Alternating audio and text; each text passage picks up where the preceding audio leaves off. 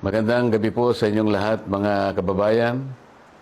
Ngayong araw ay narinig po ninyo ang pagpapahayag at mga deklarasyon at testimonya ng mga dating sundalo na nagpasya na magkatipon-tipon kaninang umaga at natapos kani-kanina lang tungkol sa maanumalyang flood control projects na kinapalooban ng maraming pagdideliver ng napakaraming mali-maletang salapi sa iba't ibang mga tao at opisyalis ng ating bansa.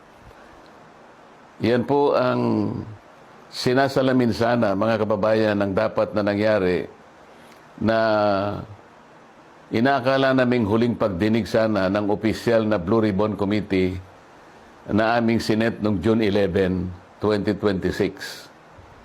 Hindi nga po natuloy yun, mga kababayan, dahil nung matunugan ng ibang mga kasama namin na kami magdadaos uli ng panghuling hearing na lang ng Blue Ribbon Committee, ay sinabi nila na mayroong security threat ang Senado at ang aming mga kawani ay sinabihan nila na mag-work from home na lang. Dahil po sa security threat at nagkaroon po ng napakaraming mga tanod sa Senado at wala naman po kaming magagamit na mga kawani, hindi po natuloy yung June 11 hearing na yon. At nang dahil doon ay nagpasya ang mga kumukupkup dun sa 18 at higit pang mga dating sundalo na maggawa na lang ng pagpapahayag na ginawa nga nila sa araw na ito.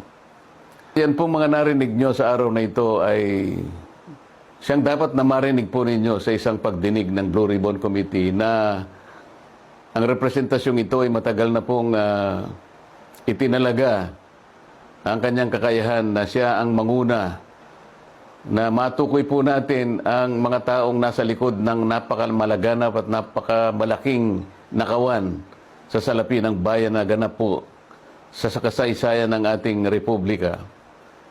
Nang dahil po dyan ay marami po ang nagkaroon ng galit sa inyong lingkod at ako po ay kinasuhan nga ng kahit mga imbentong mga kaso. At maaari pong isang araw, hindi po natin alam kung ngayon o bukas, sa makalawa, ay iahain po sa akin ang warrant of arrest upang ako po ay arestuhin upang hindi ko na may pagpatuloy ang aking gustong mangyari na matukoy po natin ang mga may kagagawan ng lahat ng ito at mapanagot natin sila. Pero wag po kayong mag-alala kahit ako po ay kanilang maaresto at maipakulong, kagaya na po ng sinasabi ko, ay hindi po tayo titigil hanggat hindi po natin natutukoy ang mga taong ito dahil kayo po talaga ang dapat pagsilbihan namin. Interes po ninyo ito. Huwag kayong mawawalan ng loob at huwag kayong mawawalan ng pag-asa.